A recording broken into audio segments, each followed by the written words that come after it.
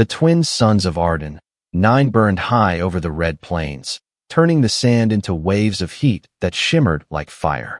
Inside a small metal farmhouse stood Ethan Cole, a human rancher who had spent most of his life raising sky cattle on this lonely planet. He wiped his hands on a rag, staring at his reflection in the dusty mirror. The man looking back at him had rough features, a day's stubble, and tired gray eyes that had seen too many sunsets alone. He had cleaned the place all morning, every tool neatly in place, every metal rail polished until it gleamed. He wasn't expecting visitors, not usually, but today was different. Today his mail-order bride was arriving. Not from another town or colony, but from another world. Ethan's hand trembled slightly as he adjusted the collar of his shirt. "It's just a marriage," he muttered. "Just a normal woman from off-world. How bad could it be?" His old hound, Rust, barked suddenly, ears pricking toward the horizon. A deep mechanical rumble followed, distant at first, then growing louder. Ethan stepped outside, squinting through the bright air. A transport shuttle was descending, kicking up columns of dust as it approached his ranch. His heart thudded in his chest. She was early. The ship landed roughly 50 meters away, the engines whining as the landing struts sank into the sand. Rust growled low beside him, sensing Ethan's unease. He took a steadying breath, rehearsed his practiced smile, and waited for the door to open. But when it hissed open, his smile froze. The woman who stepped out was not the one from the profile photo he had been sent. She wasn't even human. Her skin shimmered in deep violet hues, like starlight caught in water. Long silver hair fell loose around her shoulders, glinting under the suns. She wore a dark leather vest, tight combat pants, and high boots streaked with dust. A wide-brimmed hat shaded sharp eyes that burned bright and wild. On her hip hung a sleek energy revolver, and another one spun lazily in her hand as she walked down the ramp. Ethan's breath caught. This woman moved with the confidence of someone who had survived more battles than she could count. "You Ethan Cole?" she called out, her voice smooth but edged with danger. He nodded slowly, his mind blank. Rust growled again, and Ethan's hand instinctively reached to calm him. She grinned, a dangerous, amused grin. "Good. Makes things easier." She twirled the revolver once before holstering it. "Name's Lyra Vance.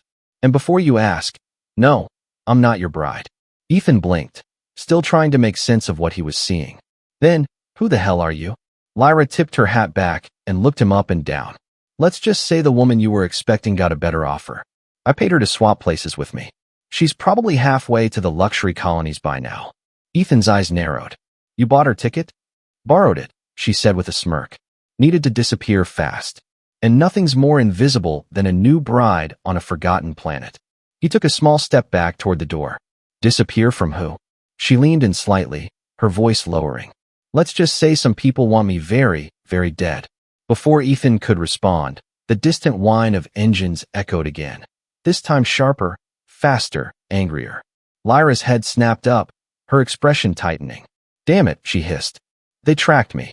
Ethan saw shapes forming in the sky, 3 dark hovercrafts cutting through the heat haze. They weren't local patrols. Their sleek outlines and weapon mounts screamed bounty hunters. Lyra turned to him, urgency flashing in her bright eyes. "You've got 2 choices, cowboy. Turn me in and get a fat reward, or help me and live dangerously for once." Ethan hesitated. His quiet, predictable life was unraveling right before his eyes. Rust barked wildly as the ships drew closer, their dust trails glowing orange. He met her gaze, fierce, alien, desperate, and something in it struck a chord deep inside him. A human instinct older than fear. "Get inside," he said finally. "Now." Lyra raised an eyebrow, then smiled faintly. "Didn't take you for the heroic type." "I'm not," Ethan muttered. "Just tired of running from trouble." As the hovercrafts roared overhead, he grabbed her arm and pulled her inside the farmhouse. The door slammed shut behind them, sealing out the storm of dust. Lyra pressed against the wall, her breathing steady, her hand already on her weapon. Outside, the sound of engines dimmed to a growl as the bounty hunters circled like vultures. Ethan peeked through the window. "You really bring trouble wherever you go, don't you?" Lyra smirked, holstering her gun. "You'll get used to it." He turned to face her, jaw clenched. "You'd better start talking." Who exactly did I just let into my home? Her eyes glowed faintly under the flickering lights. Someone who stole something very important, she said softly. And someone who's not ready to die for it. Outside, the engines grew louder again. Inside, Ethan's quiet world had already shattered, replaced by a storm he never saw coming. And that was how the legend of the human rancher and the outlaw from the stars began. The sound of engines grew louder, echoing across the barren plains. Dust spiraled into the air like smoke from a dying world. Ethan peeked through the cracked window blinds, heart pounding. 3 hovercrafts glided toward his ranch, sleek and sharp like predators. Their black hulls reflected the sun's, each one bearing the mark of a private guild, bounty hunters, not lawmen. Inside the small farmhouse, Lyra was already moving. Her calmness frightened him more than the noise outside. She slid behind his table, pulling 2 spare power cells from her belt and checking her revolvers. Her hands were steady, practiced, almost graceful. "You sure you want to get involved in this, farmer?" she asked without looking up. "I didn't exactly volunteer," Ethan replied. "But if they start shooting near my cattle, I'll take that personal." Lyra smirked, tucking one weapon at her hip. "Fair enough." Rust growled near the door, tail stiff. The old hound had survived sandstorms and night beasts, but even he could feel the danger outside. Ethan gave him a quiet pat. "Stay close, boy." Through the window, 5 figures stepped out from the crafts. Each one a different species, a group that screamed trouble. The leader was massive, gray-skinned, his head crowned with twitching tendrils like moving wires. His armor bore fresh scorch marks and the insignia of the Drav Syndicate. Lyra's face hardened. "Drav himself. That's bad." Ethan turned to her. "You know him?" "I stole from him," she said flatly. "And he doesn't forgive easily." Before he could ask more, a heavy knock rattled the metal door. "Cole," a deep, growling voice called. "We know she's in there. Hand her over, and maybe you live to see another sunrise." Lyra leaned close, whispering, "They won't ask twice." Ethan swallowed hard. He wasn't a soldier. He wasn't a hero.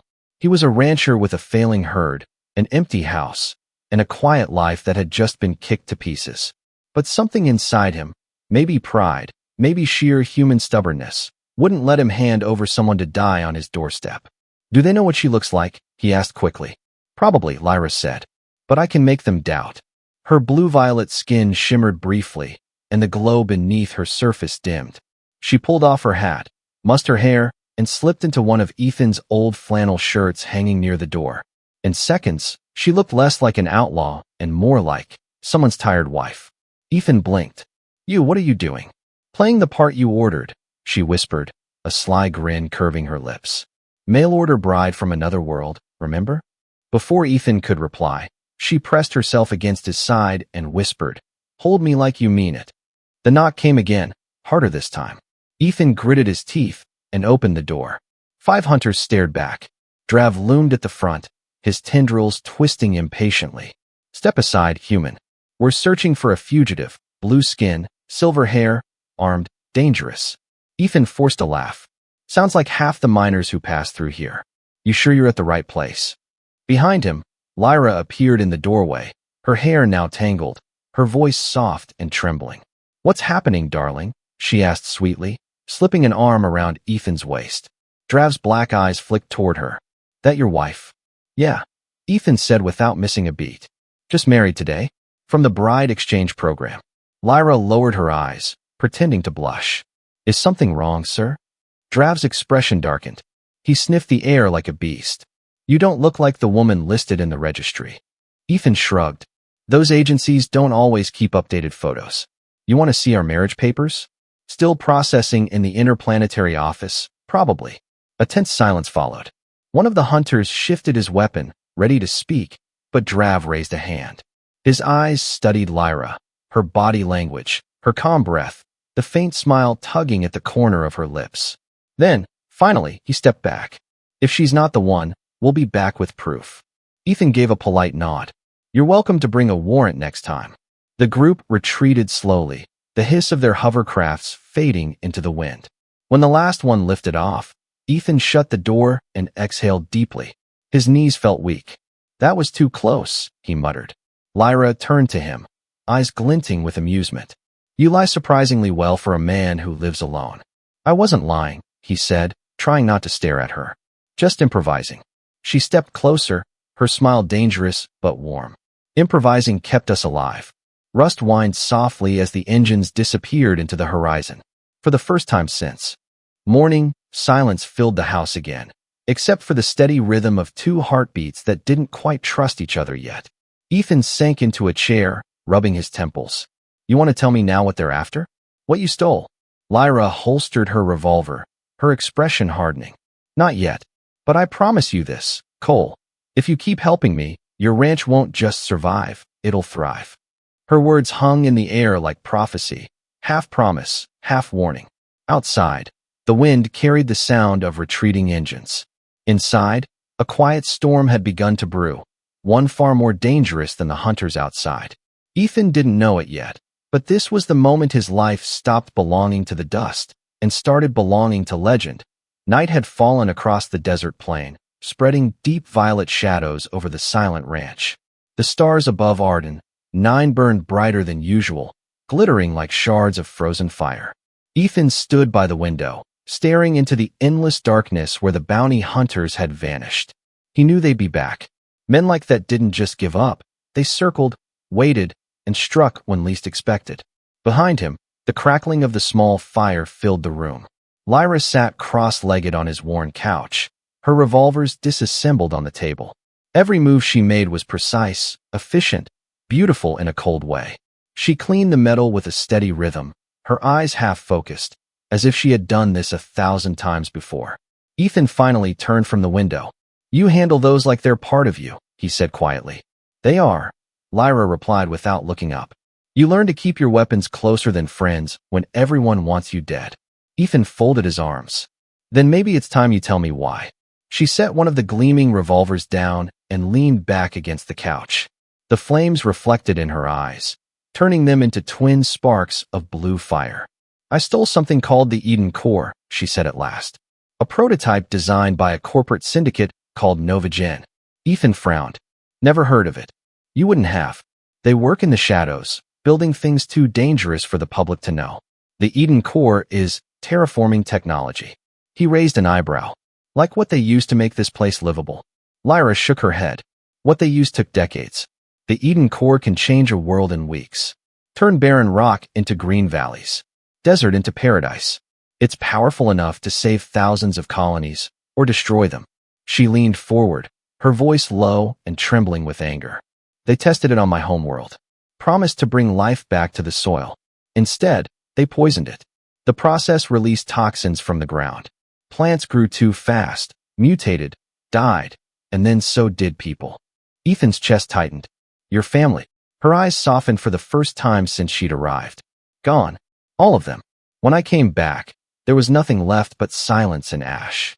So I took their creation and the data proving what they did and ran. He stared at her for a long moment. She didn't look like a liar. She looked like someone who'd lost everything and turned the pain into purpose. Finally, he sighed. You said you could help my ranch. How? Lyra's lips curved slightly. Because I know how to use what I stole. She reached into her boot and pulled out a small metallic capsule no bigger than a finger.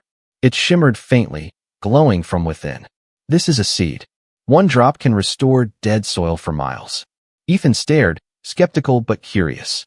And you can control it? Her smile was faint, almost proud. I was born on a farming colony. My parents were terraformers. I've been studying soil and energy balance since I could walk. She rose and walked to the door, her boots whispering on the floor. Come with me, she said. Outside, the night air was cool and heavy with dust. The ranch stretched silent and empty around them, a ghost of a once prosperous life. Lyra knelt by a patch of cracked ground where Ethan's crops had long since failed. She pressed her hand to the soil. A faint blue light pulsed from her fingertips, sinking into the dirt. The glow spread outward in soft waves, like ripples on still water. Ethan watched, eyes wide, as tiny green shoots began to push through the cracks. Within seconds, grass was growing. Real, living grass that glowed under the starlight. Rust padded over, sniffing the new growth in disbelief. Ethan could barely breathe. That's impossible. Lyra stood, brushing the dust from her hands. It's science, she said simply. just better than what they want you to have. He looked at her, at the glow fading from her skin, at the strange mix of power and sorrow in her face. You could change everything with that. I know. Her eyes met his, steady and unflinching. That's why they'll never stop hunting me. The wind picked up again, whispering through the tall grass that had not existed a minute ago. The scent of life drifted across the dead land, sharp and unreal. Ethan stepped closer, his voice low. You didn't have to show me this. You could have kept running. Lyra smiled faintly. And go where? There's nowhere left for me to run. Besides, she glanced toward the horizon, where the faint glow of engines still flickered in the distance. You're the first human who didn't try to turn me in. He didn't reply. He just stood there, staring at the patch of living green. Proof that something impossible had just happened on his land. Above them, the stars burned brighter, and in that fragile silence, both of them knew something had changed. The outlaw had brought life to a dead world, and the rancher had just stepped into a war far bigger than either of them imagined to be. Why morning, the desert was quiet again. The suns rose over the horizon like molten coins, flooding the plains with light. Ethan stood outside, boots sinking into soft new grass, green, real, alive. It still felt impossible. The patch Lyra had revived stretched nearly 20 meters wide, vibrant against the rust-red soil. Rust sniffed around, wagging his tail. Even the air smelled different now, cleaner, fresher. Ethan crouched and ran a hand through the blades. You really did it, he murmured. You made the land breathe again. Behind him, Lyra leaned against the porch railing, sipping black coffee from a metal mug. Told you, she said with a half smile. Give me a handful of dirt, and I'll give you a garden. Ethan stood, brushing his hands off. You realize what this means, right? If this tech works, you could feed entire colonies. In droughts. Her expression darkened. That's why Novagen wanted to keep it secret. They don't sell hope, Ethan. They sell control. Before he could answer, a low hum approached from the distance. This one wasn't a bounty craft. The sound was slower, heavier. Lyra's eyes narrowed. Law enforcement. Ethan's stomach sank. Sheriff. The hover jeep came into view moments later, kicking up a swirl of dust as it stopped outside the ranch. From it stepped Sheriff Mardo, a tall, broad alien with gray leathery skin and a single ridge of horns running over his head. He was old-school frontier law, strict but not cruel, a man who noticed everything. Morning, Cole, Mardo called as he approached, boots crunching on the gravel. Heard you got yourself a bride. Ethan forced a smile. News travels fast out here. Faster than you think, Mardo replied, eyeing the house. Mind if I come in? Lyra whispered from behind him. Keep calm. Follow my lead. Ethan nodded slightly, stepping aside. The sheriff entered, scanning the room. His gaze paused on the disassembled revolvers resting on the table. Quite a collection for a newlywed. Lyra stepped forward smoothly, her tone light. Frontier life's not gentle, Sheriff. I learned to shoot before I learned to read. Her voice had changed, softer, warmer, the dangerous edge gone. She extended a hand. Lyra Cole, pleased to meet you. Mardo didn't shake it. He just studied her for a long, uncomfortable moment. Strange. Transport logs show an arrival from Lyra, 3 yesterday. Name on the manifest was Lyra Voss, not Cole. That was my maiden name, she replied smoothly. I took my husband's the moment I landed. Quick learner, the sheriff said dryly. Ethan forced a chuckle. She's efficient. Mardo's gaze shifted toward the window. Through it, the edge of the green patch was visible, the impossible grass shimmering in the sunlight. Didn't know you started planting again, Cole. Thought your soil was dead. Ethan's throat tightened. Got lucky, I guess. Found some old seed stock that still worked. The sheriff stepped closer to the window, eyes narrowing. That kind of luck usually comes with strings. Lyra joined him at the window, pretending curiosity. Maybe you should get yourself a mail-order bride too, Sheriff. They bring good fortune. Mardo's stare moved between them. Then, after a long pause, he grunted. You two make a strange pair. He turned to leave, but stopped at the door. Just so you know, there were bounty hunters spotted not far from here last night. Said they were tracking a fugitive woman. Blue skin, silver hair. Lyra's hand froze on her mug. Ethan's jaw tightened. Can't say we've seen anyone like that, he said calmly. Mardo looked back over his shoulder, one brow raised. No? Well, I'll be keeping an eye on things anyway. Be a shame if danger came. knocking right after a wedding. The door closed behind him with a slow metallic thud. The moment the sheriff's hover jeep faded into the distance, Lyra let out a long breath she hadn't realized she was holding. That man doesn't miss a detail, she muttered. Ethan sank into a chair. He suspects something. He's right too, she said quietly. The grass outside is proof enough. He looked up at her, frustration flickering in his voice. You shouldn't have done that last night. You made it too obvious. Lyra met his gaze. You think small, Ethan. You see a patch of green and call it a miracle. I see a way to save worlds. I can't hide what I am. He studied her, the calm, the pride, the fire that never left her eyes. You don't belong in hiding, he admitted. But you also can't fight them alone. Lyra walked closer, standing over him. Then don't make me. The room went silent except for the low hum of the wind outside. For a heartbeat, neither of them moved. Her expression softened, and she whispered, You helped me when you had every reason not to. I won't forget that. Ethan stood slowly. I didn't help you, he said. I just couldn't watch someone get hunted down on my land. Her lips curved in a half smile. Call it whatever you want, cowboy. But from now on, you're in this with me. Outside, thunder rolled over the eastern ridge. A sandstorm was forming, dark clouds gathering like an army. Rust barked once, warning of the coming wind. Lyra looked toward the storm, her voice calm but certain. They're not done with us yet. Ethan followed her gaze, the first gusts already lifting the dust around them. Then we'd better be ready. And as the desert began to tremble beneath the weight of the storm, the human rancher and the outlaw from the stars prepared for a battle neither of them had asked for, but both were destined to fight. The wind hit like a hammer. By sunset, the sky above Arden 9 had turned the color of blood and ash. A wall of sand stretched across the horizon, swallowing the last rays of light. The storm was rolling in fast, faster than any Ethan had ever seen. He and Lyra raced across the open fields, their faces half covered with scarves, the air thick with dust. The sky cattle were already panicking, bellowing and scattering toward the far pens. Rust barked furiously, trying to herd them back as lightning crackled in the distance like veins of fire. We have to move them to the shelter. Ethan shouted over the wind. I'll take the east side. Lyra yelled back, already sprinting into the chaos. Her silver hair whipped in the air like liquid light. Even in the madness, she moved with uncanny precision, every motion sharp, every step calculated. The storm roared, ripping across the ranch with blinding fury. Sand struck like needles against their skin. The air smelled of ozone and fear.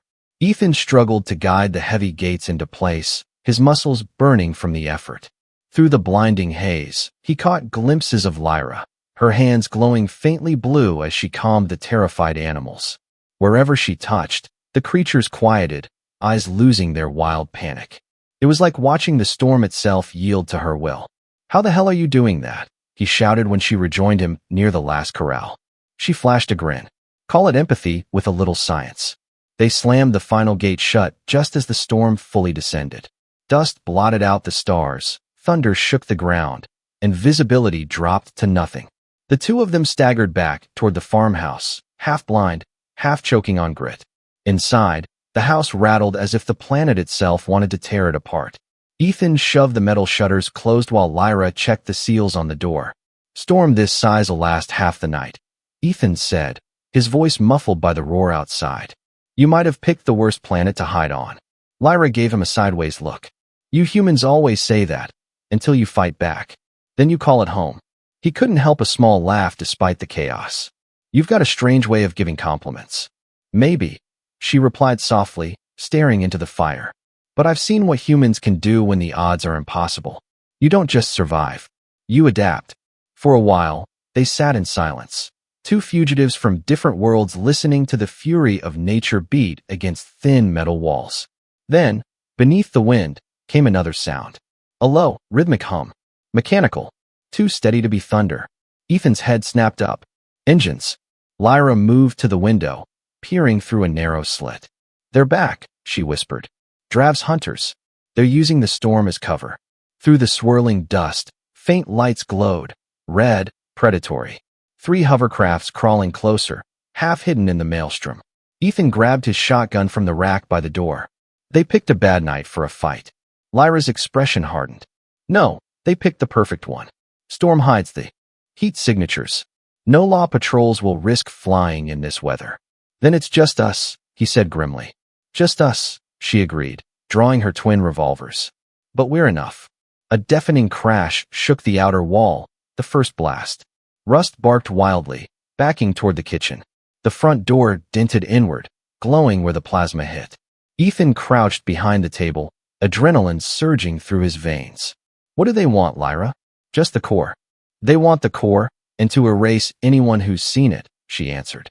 Including you. Another explosion. Metal screamed. The door gave way. Figures stormed through the haze. Armored, faceless, carrying pulse rifles that glowed red in the storm light. Lyra moved first. She didn't hesitate. Her revolvers sang, bolts of blue light slicing through the dust, precise and deadly. 2 hunters dropped instantly. The rest returned fire, scorching the walls, blowing apart furniture. Ethan ducked behind the counter, heart hammering. His ranch, his quiet life, was turning into a war zone. Cover me, Lyra shouted, vaulting across the room. Ethan fired blindly into the smoke, hitting one of the attackers in the leg. Lyra's movements were a blur, spinning, firing, sliding across the floor like she'd rehearsed this in her sleep. When the last hunter fell, silence hit harder than the storm itself. Breathing heavily, Ethan lowered his weapon. You weren't kidding about being trouble. Lyra holstered her guns and stepped over the wreckage. And you weren't kidding about being brave. Ethan managed a weak grin. Guess we're both full of surprises. Lightning flashed outside, illuminating the scorched walls. The storm still howled, but the worst of it had passed. Lyra walked to the broken doorway, her silhouette framed by the chaos beyond. They won't stop. Not after this. They'll send more. Ethan joined her, staring into the swirling dark. Then we'll be ready. She turned to him, eyes glowing faintly blue. You mean we? He nodded. You brought life back to my land. I'm not letting them take it. Or you. For a long second, the world outside vanished. There was only the two of them, a human rancher and a hunted outlaw, standing side by side against the storm. Lyra's lips curved into a quiet, dangerous smile. Then let's make this planet worth fighting for. Outside, thunder rolled again, but this time, it sounded almost like applause. Morning came slow and strange. The storm had passed, but the world outside looked nothing like before. The ranch was a battlefield, sand scorched black, walls torn apart, smoke still curling from the metal roof. Ethan stepped out first, shotgun in hand, scanning the horizon. The air was still heavy with ozone, and the faint smell of plasma hung over everything. Rust trotted ahead, nose low to the ground. Every step crunched over broken glass and charred debris. We got through it, Ethan muttered, more to himself than anyone else. Behind him, Lyra emerged from the doorway, brushing dust off her shoulders. Her long silver hair was streaked with grime, her hat gone, but her eyes, bright and alive, were as steady as ever. Barely, she said. Drav will know by now that his first team failed. Ethan turned toward her. Then we should move before he sends another. Lyra nodded, but she didn't look toward the sky. Instead, she knelt near the patch of green grass she had grown days ago. The storm had battered it, half buried it under sand, but the roots still clung to life. Look, she said softly. Even after fire and wind, it's still growing. Ethan followed her gaze. Tiny shoots of green poked through the dust. It was hard to believe something so small could survive the violence of the night. You really believe this can save planets? He asked quietly. Lyra didn't look up. I know it can. That's what scares them. He frowned. You mean Novagen? She stood slowly. Novagen owns most of the terraforming contracts across the outer systems. If they lose control of this tech, if people learn they can fix their own worlds without them, the whole empire collapses. Ethan whistled under his breath. So they're not just hunting you for theft. They're hunting you for freedom. Lyra gave him a long look. Exactly. And now, by saving me, they'll see you as part of that rebellion. He gave a dry laugh. Guess I'm moving up in the world. Before she could respond, Rust barked, short, sharp, urgent. He was facing the ridge behind the barn, tail rigid, growl rumbling low in his chest. Lyra's hand went straight to her revolver. Someone's out there. Ethan crouched, peering through the heat waves rising from the sand. For a moment, nothing moved. Then a dark shape shifted among the rocks. Another. Then 3 more. They found us, he said. Lyra cursed under her breath. Drav must have left trackers on the bodies. They followed the signal. How many? Too many. Ethan clenched his jaw. Then we make it count. He sprinted toward the barn. Inside, he grabbed what was left of his old fuel cells, tossing them into a crate. Lyra followed, checking her ammunition. You planning to fight or blow the place up? Both, Ethan said, ripping a tarp off an old transport bike. You can fix soil, right? How are you with engines? She raised an eyebrow, smirking. Better than you'd think. They worked fast, the unspoken rhythm of 2 people who'd already faced death together. Lyra rerouted power lines. Ethan rigged the explosives to the entrance. By the time the first shots rang out, the trap was set. The attackers came in waves, silent, armored, efficient. Energy bolts ripped across the yard, burning holes through the fences. Ethan ducked behind the tractor, returning fire. Lyra moved like lightning, every shot a perfect counter. When the lead hunter breached the barn door, Ethan triggered the detonator. The explosion tore through the air, swallowing the invaders in a cloud of sand and fire. The shockwave hit hard, slamming against the hills, echoing for miles. When the dust settled, Ethan stood in the doorway, chest heaving, staring at what was left, twisted metal, scorched armor, silence. Lyra joined him, holstering her revolvers. You really don't do halfway, do you? He smiled faintly. You blow up one barn, and people never let you forget it. But the smile faded when he looked at the horizon. Black dots were rising in the distance. More ships, larger this time. Drav wasn't giving up. Lyra followed his gaze. That's a full hunting squad. They'll be here within the hour. Ethan turned toward her. Then we can't stay here. Where will we go? She asked. He looked toward the eastern ridge, where the land dipped into a canyon filled with old mining tunnels, long abandoned, half forgotten. There, he said. It's the only place they can't scan from the air. Lyra studied him for a moment, then nodded. You're learning fast, cowboy. He grabbed his pack, the Eden core, and a few fuel cells. I'm learning from the best. As they mounted the transport bike, the rising suns burned red through the haze. Behind them, the ranch, his father's land, his whole quiet life, smoldered in ruins. But as they sped toward the canyons, Ethan didn't look back. He had already chosen his side. The man who once just raised cattle was now running from a galactic syndicate, riding beside a woman who could grow life from dead worlds. And somewhere inside him, a spark he didn't know he had began to burn. A human spark, fierce, stubborn, unstoppable. The canyon swallowed them whole. Long shadows stretched across the red stone walls as the twin suns dipped low, bleeding gold into the sky. Ethan steered the transport bike through a narrow passage, its engine humming low to avoid detection. The wind whistled between the cliffs, carrying dust, echoes, and the faint sound of pursuit. They're closing in, Lyra said, glancing at the scanner on her wrist. Tiny red dots flickered on the screen, moving fast. 6 ships. Heavy units. Ethan gritted his teeth. We'll never outrun them in open desert. We don't have to, Lyra replied. We make our stand here. He slowed the bike beside a collapsed mining outpost. The metal scaffolding still clung to the rocks like old bones. Russ jumped off and began sniffing the air, whining softly. Lyra climbed down, scanning the horizon. This place is off the grid. Perfect for a last fight. Don't call it last, Ethan said. I'm not planning to die in a hole. She smiled faintly. Good. Because I'm not dying either. They dragged debris to form cover, set up fuel cells as improvised charges, and loaded every weapon they had left. The air was hot, still, charged with something heavy, the kind of silence that comes before thunder. Then the sky lit up. Drav's fleet dropped through the clouds, sleek black ships casting monstrous shadows over the canyon.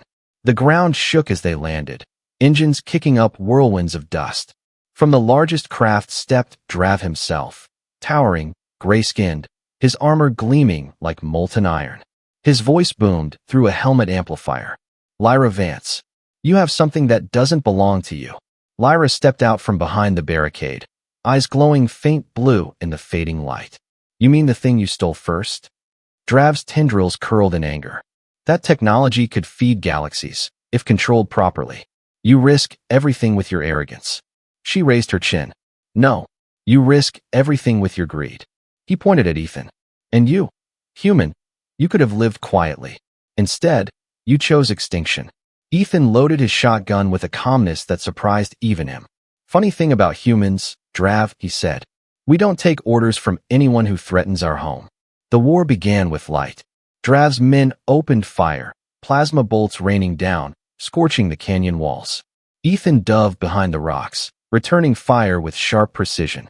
Lyra moved like a storm herself, twin revolvers flashing in bursts of azure light. She used her gift between volleys, pressing her palm to the ground, channeling a faint pulse through the soil. Something stirred beneath them. The ground began to breathe. Small patches of green broke through the red dust, glowing brighter, spreading fast. In seconds, the barren canyon floor transformed into a carpet of living vines that climbed the rocks and wrapped around Drav's machines. Engines sputtered. Weapons jammed. The hunters shouted in confusion. What the hell? Ethan started, eyes wide.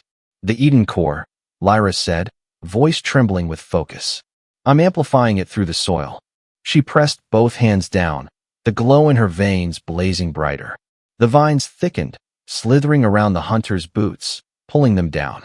Energy bolts burned holes in the foliage, but new growth replaced what was lost. Faster, stronger, angrier. Drav roared and tore free, slamming his fist into the ground. You'll burn this planet trying to stop me. Lyra looked up at him, defiant. Then it'll burn free. Ethan stood beside her, firing until his weapon overheated. You heard the lady. Drav lunged forward, massive and unstoppable, but humans were built for one thing more than strength: timing. Ethan waited until the creature stepped into the circle of fuel cells they'd planted earlier. Now, he shouted. Lyra snapped her fingers. Blue light leapt from her hand, a spark that ignited everything. The canyon exploded. Flames roared up the cliffs, swallowing Drav's army in a hurricane of fire and light. The shockwave knocked Ethan off his feet, throwing him backward into the sand. He rolled over coughing, ears ringing, heart pounding. For a moment, there was only silence. Then, movement. Lyra stood in the middle of the wreckage, smoke curling around her. Her skin glowed faintly, her breath heavy but steady. Behind her, the green vines were still alive, spreading even through the scorched ground. Life was winning. Ethan limped toward her, covered in dust. You did it, he said hoarsely. She looked at him and smiled. A tired, beautiful, dangerous smile. We did it. He looked up at the horizon, where the first light of dawn broke through the smoke. The once dead land shimmered with green, proof that something new had begun. Lyra turned the small metal capsule, the Eden core, over in her hand. Its glow had dimmed. There's enough power left for one more activation, she said quietly. We could fix this whole valley. Ethan nodded. Then let's do it. She pressed the capsule into the ground. A pulse spread outward, silent, radiant, turning the dust to grass, the cracked stone to fertile earth. The air filled with the smell of rain that hadn't fallen yet. Rust barked once, chasing a beetle through the new grass. Ethan laughed, shaking his head. You know, I think this might be the first real miracle this world's ever seen. Lyra looked toward the rising suns. No miracle, she said softly. Just humanity, and a little help from an outlaw. He glanced at her, eyes bright. Then what now? She holstered her weapons. Now we rebuild. And when Novagen comes for us again, we'll be ready. Ethan grinned, offering his hand. Partners. She took it, till the stars fall. And as the sun rose over Arden 9, painting gold over the new fields, two silhouettes stood together. The rancher who refused to break and the alien who refused to run. Guardians of a reborn world, bound by fire, courage, and something deeper than either of them could name. The legend of Ethan Cole and Lyra Vance had only just begun.